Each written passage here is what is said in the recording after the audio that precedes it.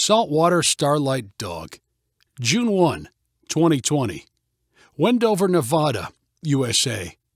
"It looks like people," said Mary, standing under the pop-up pavilion used by her family for shade. She and her little brother Joshua shielded their eyes with their hands and watched the silver spot crawl along the shimmering horizon.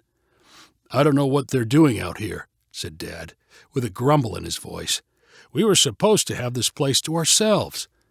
"Maybe they're only visiting," said Mom, as the silver spot came to a stop next to the distant edge of the salty lake. "If they stay, can we go talk to them?" asked Mary hopefully. "No, I don't want to talk to any visitors. They better just leave us alone," replied Dad. Mary and Joshua continued to watch the silver spot for the rest of the afternoon and into the evening. It did not move, and the children were convinced it was there to stay. Sure enough, the next morning, they could still see it reflecting the orange light of the sunrise. Mary knew better than to try and convince Dad to make the walk. He would say it was too far, and he did not want to see any people. But Mary was infinitely curious, and he had not said that she and Joshua could not go. She waited until the middle of the day, when Dad and Mom were taking a nap inside the camper, and then whispered her plan to her little brother. "Fill up your water bottle as full as it will go," Mary told him. "It's farther out than we've ever been." "Will we get there before dark?" asked Joshua. "Yeah, don't worry," replied Mary. "There and back." They started along the edge of the salt fields. On the other side of the raised embankment, a flat layer of water cooked in the sun. Patches of salt were sticking up from the surface. "What are we going to do when we get there?" asked Joshua. "Say hi. We'll see if they have any kids," replied Mary. "What if they're mean?" "Then we'll leave." When they were past the salt fields, they stayed close to the natural edges of the lake until it curved away from the most direct route to the silver spot. Soon they were out of the hard, white salt plain. Their feet crunched through the short salt ridges that covered the surface, the way waves covered the lake when the wind blew. "Are you counting your steps?" asked Mary. "Yes," Joshua replied. "Me too." The brother and sister were wearing shirts and shorts that left their arms and legs exposed. Along with the sandals on their feet, the outfits made up their hot weather clothes. The skin on their arms and legs had already turned red and peeled before transforming into a golden brown. The silver spot looked bigger now. Off to the right, the lake reflected the blue sky and high clouds. Behind them, the tan camp trailer and red truck were small against the white background. "How many steps?" asked Joshua. "Almost 2,000, Mary replied. "Should we sing?" "Singing will make us thirsty. Keep counting in your head." Mary locked her eyes on the silver spot. The air near the ground danced and shook in the heat. Step, step, step. Mary tried to think only of moving her feet. She was not tired or thirsty, yet. "How much farther?" asked Joshua. Mary stopped and turned to look at the lake, camp trailer, and sharp mountains that marked the edge of the world. "Less than halfway, I think," she replied. Joshua grabbed her hand as they walked. They both had blue eyes like the sky and hair that the sun had turned the color of a candle flame. His hair was cut short below the neck, while hers reached halfway down her back. It felt to Mary like they were being pulled by the silver spot. The salt under their feet grew less white, as if it were mixed with the dirt deep below the surface. With around 1,000 steps to go, Mary and Joshua began jogging. The shape of the silver spot had clearly become a camp trailer, like theirs, towed by a truck. This camp trailer's corners were more rounded and the surface like a mirror. Two figures were standing next to the trailer and watching Mary and Joseph get closer. When the children got close enough to distinguish their faces, the new people waved. "Hello! Are you out here all by yourself?" called the man who looked older than Dad. He wore long blue pants and a red T-shirt. Mary waited until she was a few steps away from the man to answer. "Mom and Dad are back there," said Mary, pointing back toward their camp trailer. "That's a pretty long walk," said the woman standing next to the man. "Your parents let you come alone?" The woman had black and gray hair like the man's. She was wearing the same kind of pants, but her shirt was a swirl of color patterns. "They didn't want to come," said Mary. "They don't like new people." "Oh, sorry to hear that," said the woman. "My name's Michelle, and this is Roger." Mary said, "Hello," but did not share hers or Joshua's name. "It must be pretty lonely out here," said Michelle. "You must not have anyone your age to play with." "No," Mary replied simply. Michelle's face lit up.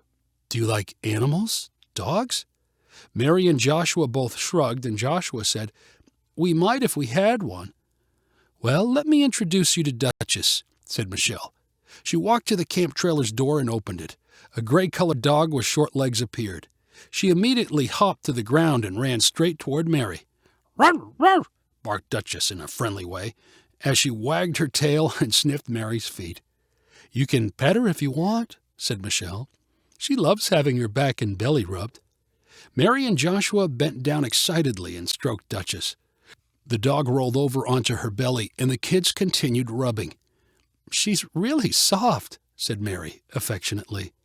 Duchess rolled so that her mouth was closer to Mary's hand. She began licking her fingers. "Hey, that tickles," said Mary with a giggle. "I want to try," said Joshua, shoving his hand next to Mary's. He giggled too when Duchess began licking. "Why don't you come into the shade?" said Michelle, motioning Mary and Joshua to join her under the canopy set up next to the trailer. The children moved and Duchess followed them.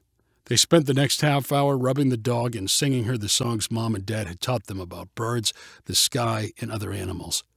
Michelle went inside the trailer and returned with one of Duchess's squeeze balls. It made a squeaky noise, and Mary and Joshua took turns tossing the ball and watching Duchess retrieve it. When the dog grew tired of the game, the kids chased the ball themselves, as if to prove to Duchess how much fun it was. Michelle and Roger asked questions about how long Mary and Joshua had lived on the salt plain and what their parents were like. Mary gave short, abrupt answers while concentrating on playing with Duchess. And then, like a switch had been flipped in her brain, she began to worry about getting back home. "Come on, Joshua, we better go," Mary said. Then she looked pleadingly at Michelle and Roger. "When can we see Duchess again?" "Any time you want," replied Michelle. "But I wish the walk wasn't so far. Do you need any food or water for your trip back?" Mary and Joshua handed their water bottles for a refill and then began the return hike along the path they had followed. Now they kept their eyes on their own camp trailer and walked slower because there was nothing new to discover. "Who said you could leave like that?" shouted Dad, as soon as Mary and Joshua were in earshot of the trailer. "No one. We wanted to see who was out there," answered Mary. "It's not safe to leave like that. You stick around here," cried Dad. Mary stayed quiet while Mom and Dad inspected her and Joshua for signs of injury. She waited until they were eating their dinner of beans and potatoes to talk about Roger and Michelle, and most importantly, Duchess. "She's got super soft hair and a cute little bark, and when you start rubbing her back, she rolls over so you can scratch her belly," Mary said excitingly. "And she's good at catch. She likes to growl when you grab her squeeze ball, but she's only playing," added Joshua. Dad and Mom acted like they were not interested in Duchess or Roger and Michelle. Dad said he felt like playing a game of checkers using the black and white rocks they had collected along the lake and the checkerboard carved into the crusty salt layer close to the trailer. Mary and Joshua spent the rest of the night whispering to each other about how they might see Duchess again. Should they wait until Dad and Mom were taking naps? The long walk did not worry them, but were they willing to risk making Dad and Mom mad? What if they made the trip at night? Would they be able to find their way in the dark? The next morning, Mary and Joshua were still whispering about secret plans when they saw movement on the flat salt plains in the direction of the silver camper. Dad and Mom watched, too, as two people got closer and closer. Mary spotted something short moving around at the visitors' feet and knew they had to be Roger, Michelle, and Duchess. Mary and Joshua cheered and ran out to meet them while they were still 500 steps away. Roger and Michelle both used walking sticks and had packs strapped to their backs. Duchess yapped and wagged her tail in a blur as soon as she recognized the children. Mary and Joshua rushed straight for the dog and let her lick their faces. "I'm glad we found the right place," said Roger with a little laugh. "We didn't want to confuse you with our other neighbors." Mary was too interested in Duchess to realize Roger was making a joke. She and Joshua finally let go of the dog, and everyone walked the rest of the way to the camp trailer. Dad and Mom were standing beneath the shade canopy. "Hello!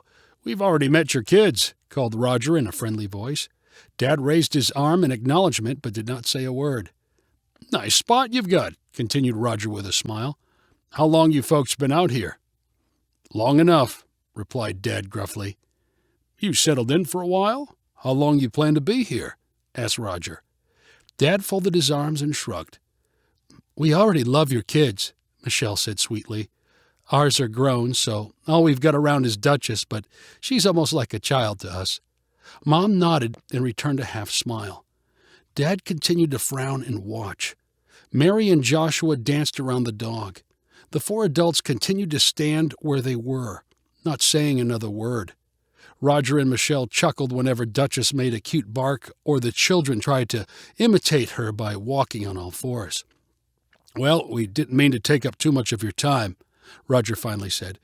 "Just wanted to say hi. I guess we'll get back to our little homestead." Roger and Michelle began walking away and called for Duchess to follow. "You're leaving already?" cried Mary. "Can Duchess stay longer? We'll bring her back later, please." Roger chuckled and said, "I don't think that's a good idea. We better take her now." Mary and Joshua were on the verge of tears as they squeezed and kissed Duchess goodbye. The dog reluctantly followed Roger and Michelle onto the rough plain of salt. As soon as the visitors were only specks in the distance, Dad announced, "We're leaving. Let's get everything packed up." Mary had never really liked the lifeless lake, but for the first time she had a reason to stay.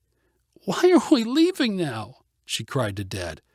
"This place is getting too crowded," he answered. "But what about Duchess?" cried Mary. "We want to be with Duchess."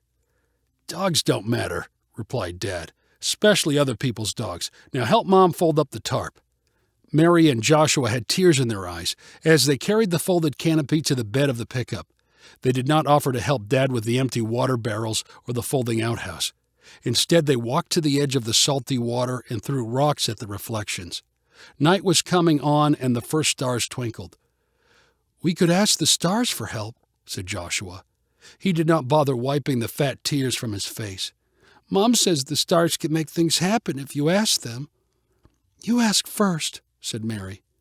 Joshua looked up through his blurry, wet eyes and said softly, "We need to stay with Duchess.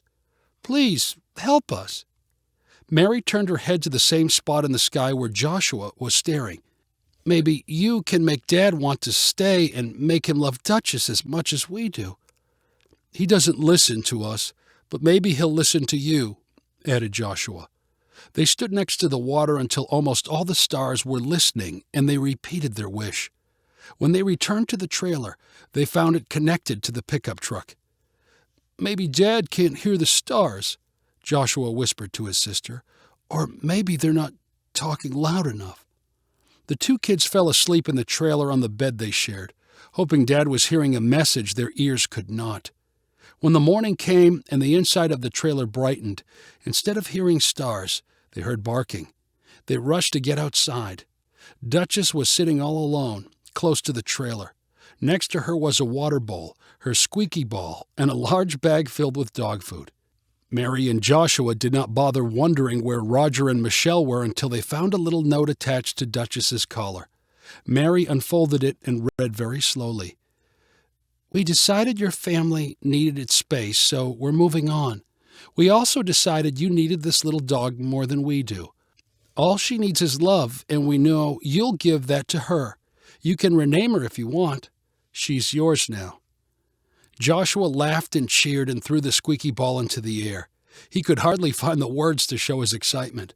Finally, he asked Mary, "Are we going to rename her? What should we call her?" "Starlight," replied Mary without hesitating. "Saltwater, Starlight." If you enjoyed this story, please rank it on the website 500ironicstories.com. Please subscribe on the website to get weekly updates as new stories are posted. And please share with friends using the convenient links available.